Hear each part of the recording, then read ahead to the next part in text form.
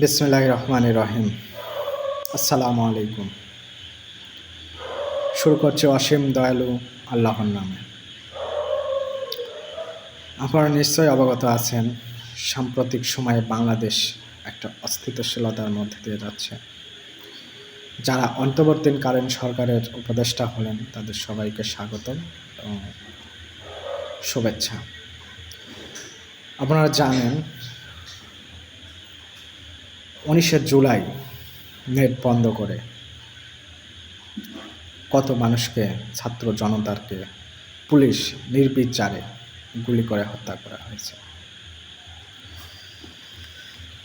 আপনারা জানেন এর মাঝখানে 14 দলের একটা বৈঠক হয় শেখ হাসিনার নির্দেশে। 14 দলের বৈঠকের মাধ্যমে স্বৈরাচার শেখ হাসিনা, হাসানুল হক ইনু, রাশেদ খান মেনন, কামরুল ইসলাম এবং এর সাথে 14 দলের আরও যারা আছে তারা সবাই মিলে সিদ্ধান্ত নেয় এই আন্দোলনকে দমাতে হবে এবং তাদের উপর নির্বিচারে গুলি করা হবে। তো আজকে এই যে আমাদের বৈষম্য বিরোধী ছাত্র আন্দোলনে যারা নিহত হয়েছে, শুধু স্বৈরাচার শেখ হাসিনা আওয়ামী লীগই দায়ী না, এর পাশাপাশি 14 দলের যারা আছে, হাসানুল হক ইনু, রাশেদ খান মেনন সহ সবাই এর সাথে ওতপ্রোতভাবে জড়িত। এদের সর্বোচ্চ আইনের শাস্তি আইনে বিচার করতে হবে, এটা ছাত্র জনতার দাবি। সাম্প্রতিক সময়ে আপনারা হয়তো অনেকেই বলছেন যে এদেশের ছাত্র জনতা সেনাবাহিনীর সাথে খারাপ আচরণ করছে, পুলিশের সাথে খারাপ আচরণ করছে এবং বাপবয়সী একটা মেয়েকে, বাপবয়সী একজনকে কান ধরে উঠানো বসানো করা হয়েছে। কিন্তু এর পিছনের কারণটা আপনাকে দেখতে হবে। সে বাপবয়সী মানুষ, সে অতীতে কি খারাপ কাজ করেছে। একজন ইমামকে পিটাইছে, ইমামকে ন্যাংটা করে ছেড়ে দিছে। তার অতীত ইতিহাসটাও জানতে হবে, কেন তার এই অবস্থা।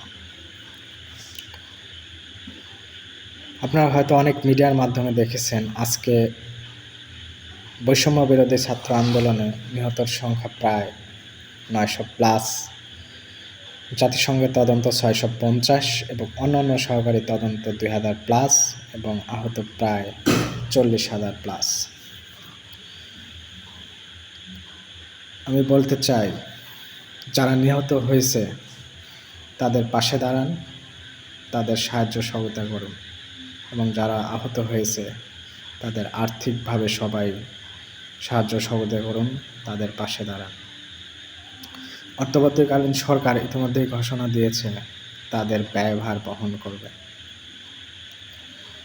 কিন্তু তার পাশাপাশি আমাদের বড় বড় রাজনৈতিক দলগুলো তাদের পাশে থাকা উচিত।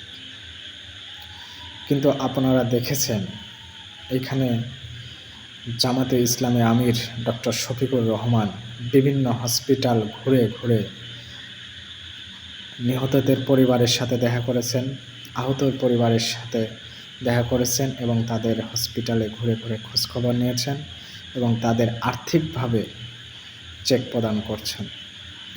ডক্টর শফিকুর রহমান সবাইকে একতাবদ্ধ হয়ে কাজ করার আহ্বান করেছেন। কিন্তু আপনারা দেখেছেন এর পাশাপাশি অন্যান্য রাজনৈতিক দলগুলো তারা দেশের সংস্কারের চেয়ে দেশকে অস্থিতিশীলতা করার দিকে বেশি মনোযোগী। বিশেষ করে আওয়ামী লীগের দোসর জাতীয় পার্টি, তাদেরও আইনে আনা উচিত। জিএম কাদের, মুজিবুল হক চুন্নু এবং মশিউর রহমান রাঙ্গাকে অবশ্যই আইনের সর্বোচ্চ শাস্তি দেওয়া উচিত, কারণ স্বৈরাচার শেখ হাসিনাকে পুরা সহায়তা করেছে এই জাতীয় পার্টির দোসররা।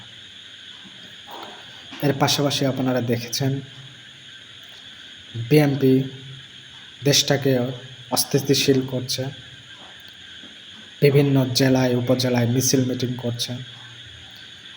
বিএনপি কোনো অসহায় মানুষের পাশে দাঁড়াচ্ছে না। যদিও আপনারা দেখেছেন তারেক জিয়া এবং বেগম খালেদা জিয়া সরাসরি বলছে যে আপনারা আপনাদের ক্ষমতার অপব্যবহার করেন না, আপনারা অসহায় মানুষের পাশে দাঁড়ান, তাদের সেবা যত্ন করুন। এর পাশাপাশি অন্যান্য রাজনৈতিক দল যতগুলো আছে তারা যদি চাইতো প্রত্যেকটা ফ্যামিলিকে সাহায্য সহযোগিতা করব, তারা পারত। আজকে বাংলাদেশে আওয়ামী লীগের পর সর্বোচ্চ বড় দল বিএনপি, প্রতিটা এমপির যদি 1 কোটি করে টাকাও দেয় তাও সমস্যা নেই, 350 কোটি টাকা হয়। সেখানে আমরা বিএনপি থেকে 100 কোটি টাকারও অনুদান এইসব অসহায় ছাত্রছাত্রীদের যারা হসপিটালে কাতরাচ্ছে বা মারা গেছে তাদের অনুদান দেখিনি। বিএনপি আছে দল গোছানো নিয়ে, বিএনপি আছে মানুষের দখলদারিত্ব নিয়ে। যারা আওয়ামী লীগ ভোগ দখল করে খাইছে এখন সেটা বিএনপি ভোগ দখল করে খাইতে চাচ্ছে। কিন্তু কিভাবে একটা রাষ্ট্র গড়ে তোলা যায়, কিভাবে মানুষের পাশে দাঁড়ানো যায়, এগুলো নিয়ে কাজ করা উচিত। আজকে অন্তর্বর্তীকালীন সরকারকে সময় দেওয়া উচিত।